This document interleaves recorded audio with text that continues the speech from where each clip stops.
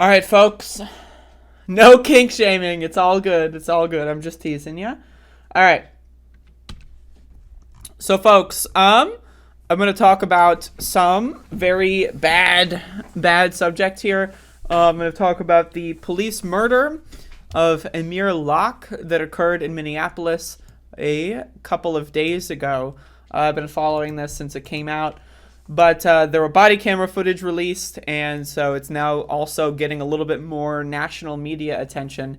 And so I want to talk about this. So if this is something that you particularly are not interested in hearing about, maybe you've already heard about it and you don't, want to go through that, feel free to just come back in 20 minutes or so. But anyway, I want to start here with a mainstream news article, and then I want to play parts of the body camera footage. But I want to start with a mainstream news article here that I find to be, it really does feel like we're going through this, every time there's, a police murder that achieves national attention, it really does have, the same, it feels like deja vu. It's the same playbook that the media will use. Now, again, of course, Amir Locke has a name. His name was not Black Man, so that's, something that we really need to also understand. But I want to read from this Reuters article here. Minneapolis mayor suspends no-knock warrants after police killing of Black Man. Now, again, this is another thing that's very interesting. To my understanding, no-knock warrants should have already been banned in Minneapolis. I believe that was on, a list of reforms that ever since George Floyd was murdered by police, there was, this big reform movement in Minneapolis. That were no, we don't need to abolish the cops. We don't need to abolish police. No, we're going to reform them. Well, those reforms are not working out too well. And again, we also knew that when George Floyd was murdered, Minneapolis police force was already in the midst of doing these big police reforms that started under the Obama administration, to my understanding. So there's always this bit, cops will always murder someone, and then there's going to be, outrage, abolish police, the correct defund the police, right? And then there's going to be people that swoop in, no, we're going to reform the police, we're going to do this, that, we're going to all, have the oversight and all that, and then they kill someone else, and then the same thing happens again. It's like deja vu every single time. So I want to read some of the details from this article, and then I want to play the body camera footage of the police.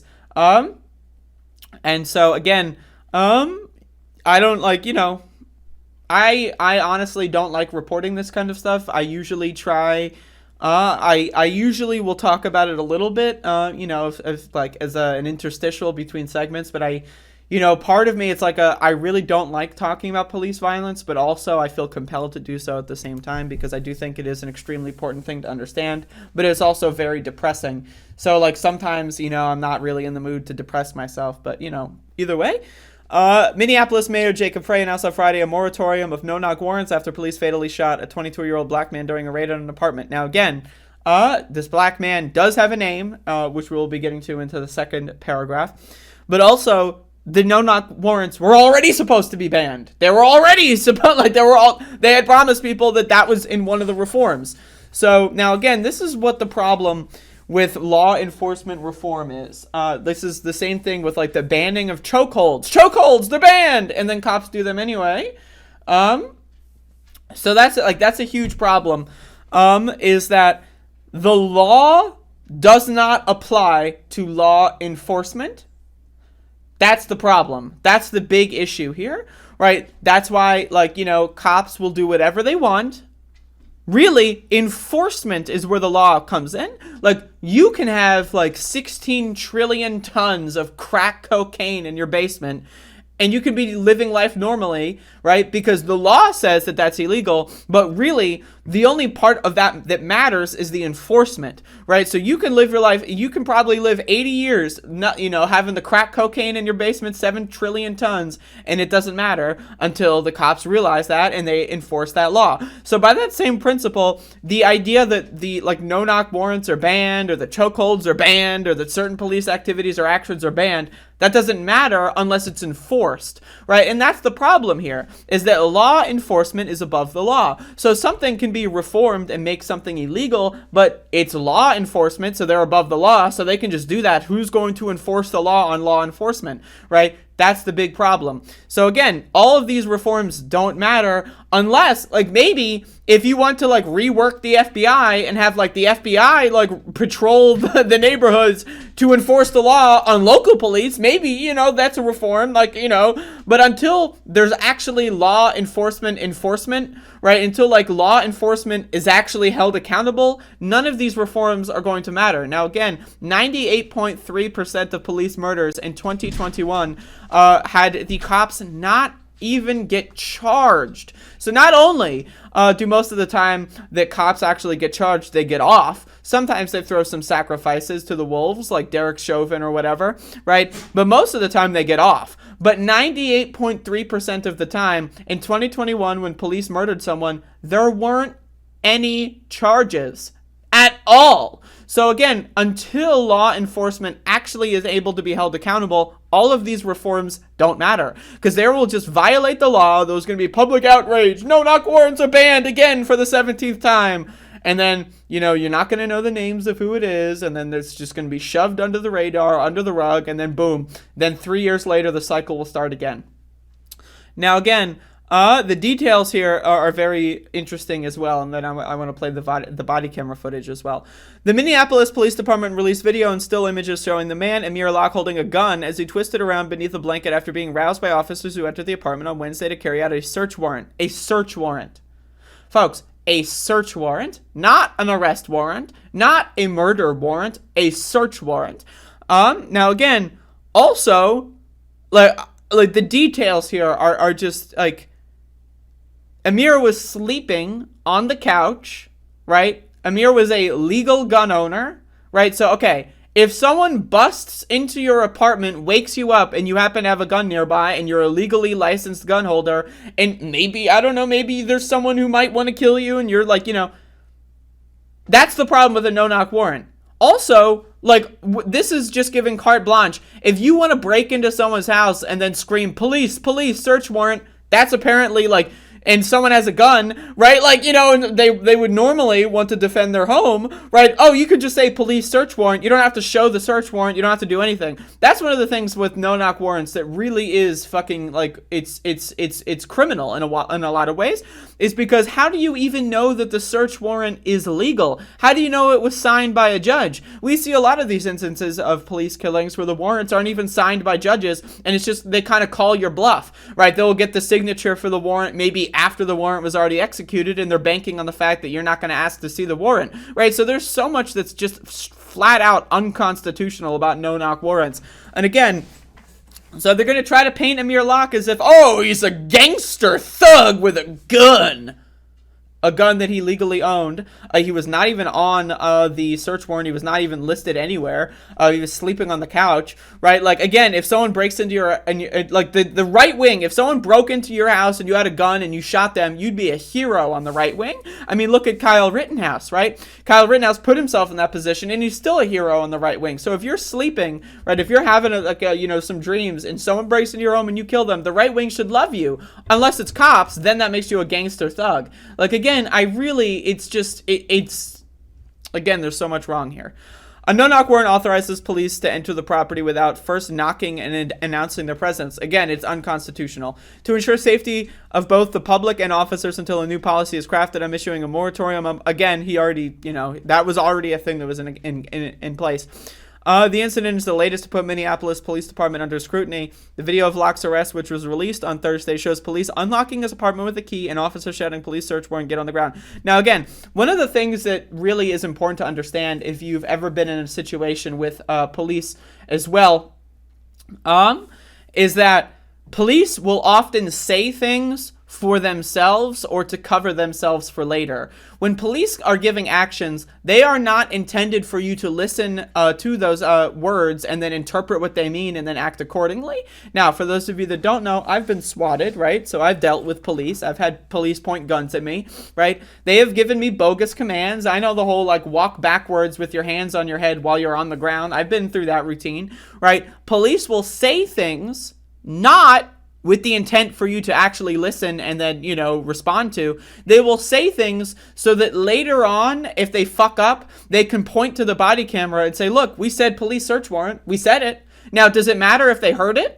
Does it matter if they could interpret that? Does it matter if they were asleep and they just heard a loud noise? Does it matter that you screamed it in a way that was, not audible or like, it was just muffled or whatever? No. The only thing that matters is that you said the words and then boom, you're cleared for when there's an internal investigation. So again, they don't ever say these things in a way for actually information to be transmitted to the people that are in danger. They say these things to cover themselves in later investigations. So it's all self-preservation.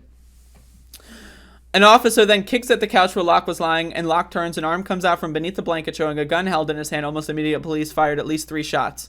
Locke was not named in the search warrant, which was issued in relation to a homicide investigation that is being run by the neighboring St. Paul Police Department. Minneapolis Police Department Interim Chief Amelia Huffman said Locke's parents described their son as a talented musician, beloved member of his community, and a law-abiding citizen at a news conference on Friday. Another thing that's interesting here, to my understanding of the details, is that the Minneapolis Police specifically pressed for the no-knock warrant on top of the St. Paul Police. I'm going to fight every day throughout the day, 365 days, to make sure that Amir Locke gets justice for being executed by the Minneapolis Police Department, said Locke's mother, Karen Locke. We're going to make sure that we speak loudly for Amir. In the statement released on Wednesday, the Minneapolis Police Department said that the man had a handgun pointed in the direction of the officers. Again, George Floyd was a random black man that had a medical incident. That was the original report. They will always, it's not, an exception. It's not 51% of the time. It's not even like a plurality. Like, it's not like 34% of the time.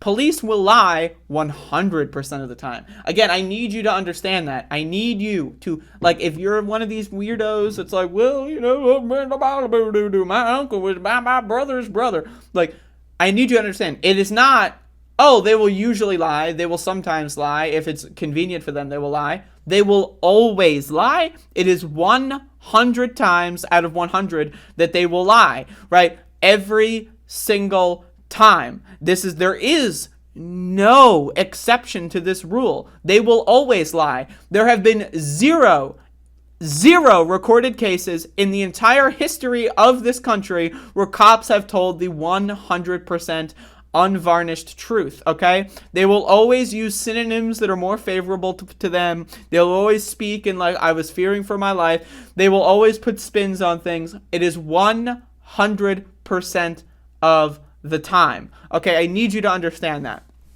During a news conference on Thursday, Huffman said the county's attorney will review the facts. The facts. That's another vague buzzword. The facts. Well, what are the facts? There's a gun. Boom. Case closed. Amir was a gangster thug who deserved to die. He had a gun. He legally had that gun, right? And he was, acting in home defense. But, he's black, so he's a gangster. And he's a thug. Again, those are the facts. As the police try to spin the narrative, and they love using terms like, the facts. He was black and had a gun. The facts! Those are the facts! And then, the racist fucking American populace will go, oh, well, he's a black and he was black and had a gun, so case closed. I mean, let's be honest, he deserved it. Right? That's what when they say the facts, what that means is they're purposefully omitting information and only having certain information in their press conferences to manipulate American racists in order to make them think that it was a deserved killing. It is never a deserved killing. The facts, there's always things omitted. They always lie by omission. That is another key thing the police do. They will always just leave out convenient bits of detail and information that would maybe even possibly cast any doubt on them. And then they'll say, well, it's just the facts. It's just the facts, bro. It's just the fucking facts, man. As there's a gun emerging in your direction, you are forced to make a split-second decision when it's a threat. Okay, but what about Amir Locke, who is forced to make a split-second decision? To Amir Locke's understanding, someone was breaking into the house that they were sleeping in, right? Maybe there was someone, that didn't like them, and they thought, Well, how come Amir Locke is not allowed to make a split-second decision? Amir Locke has to follow all the rules and then extra rules and then follow made-up rules and then follow rules that weren't even showed to him. He's not allowed to have a split-second decision, right? Cops, though, yeah, we all make mistakes. Sometimes I make a split-second decision when I'm, cooking, and I'm like, should I put oregano on this? Nah. And then sometimes I do. That's a split-second decision that doesn't matter. Who cares about that fucking split-second decision? When your split-second decision results in someone dying, it doesn't, there is no excuse. There is no split-second decision. Right? Like, what? What? Amir Locke's not allowed to have a split-second decision. He has to get murdered. He has to get fucking assassinated for not doing the right split-second decision. Cops, on the other hand, again, they did the wrong decision. They murdered someone, but that's okay. Ultimately, it doesn't matter because the cops are alive. What? In commenting on the search warrant and the homicide probe, Huffman said, "It is unclear at this time how he was connected to blah, blah, blah." Unclear. What does that mean? That means you don't know what the fuck's going on. That's what that means. She added that the officers from the St. Paul's Police Department were at the scene later and had recovered possible evidence for the homicide investigation. Well, good lucky for them. According to the family's lawyers, Locke had no criminal history and legally possessed a firearm at the time of his death. In the wake of George Floyd and Breonna Taylor, the city of Minneapolis told the public that it was limiting the use of no-knock warrants to limit the likelihood of bad outcomes. Less than 2 years later, Amir Locke and his family needlessly suffered the worst possible outcome. Jeff Storms, another lawyer representing Locke's family, said in the case. So again, as I mentioned earlier, they had already said that they're going to reform no-knock warrants. But again, I want to show the body camera footage just so that you understand just how fucked up this is. So here's a video here that shows it in slow motion again. If you are not I'm trying to give you all possible trigger warnings here.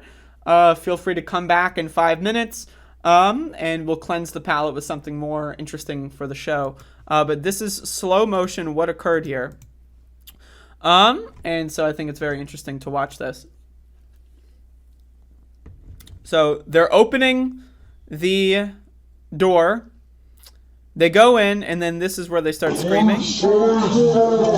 Right, you can hear them screaming. Now it's in slow motion, so it sounds funny.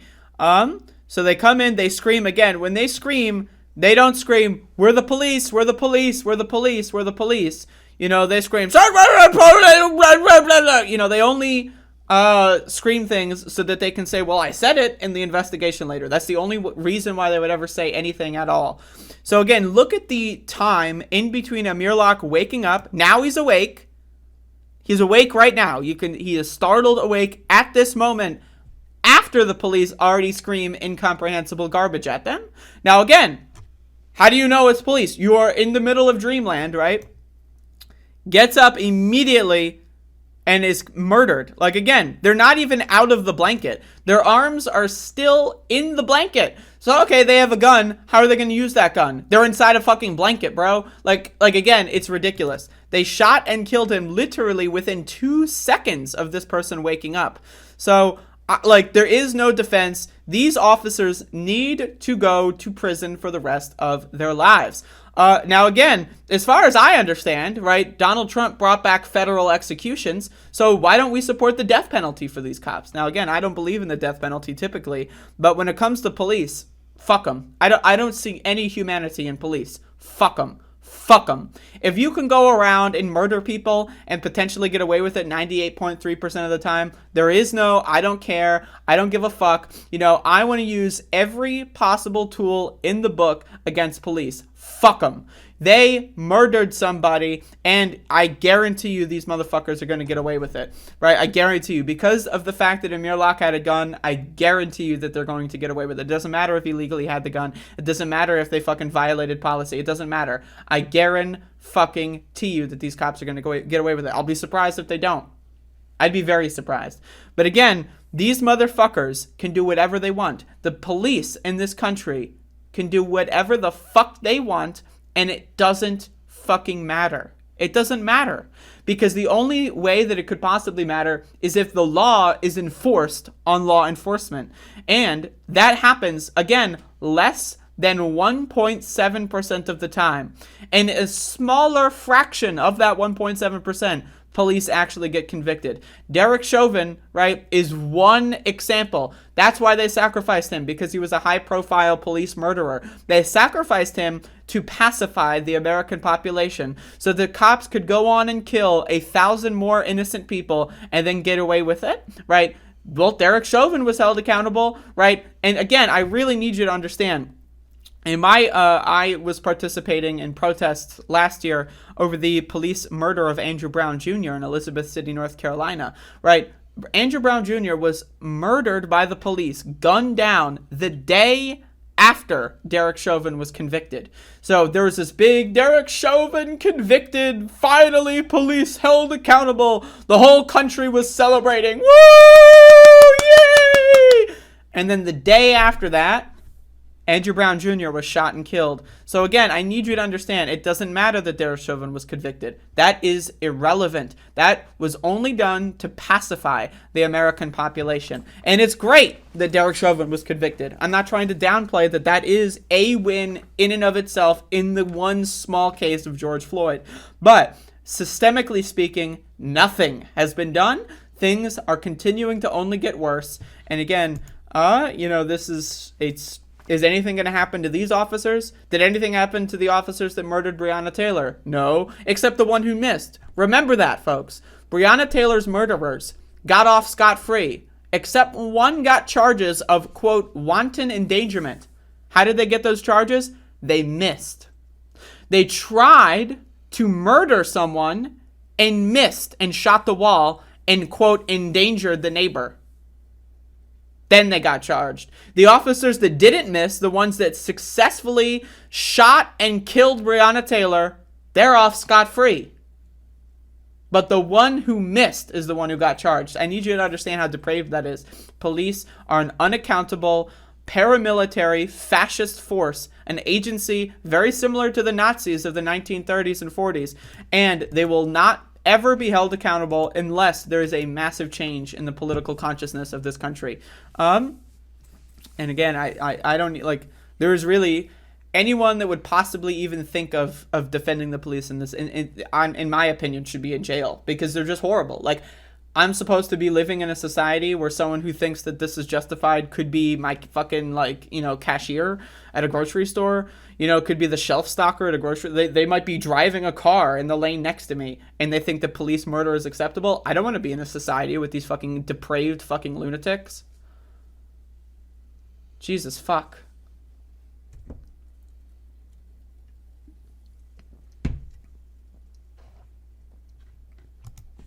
I don't even know what to say, but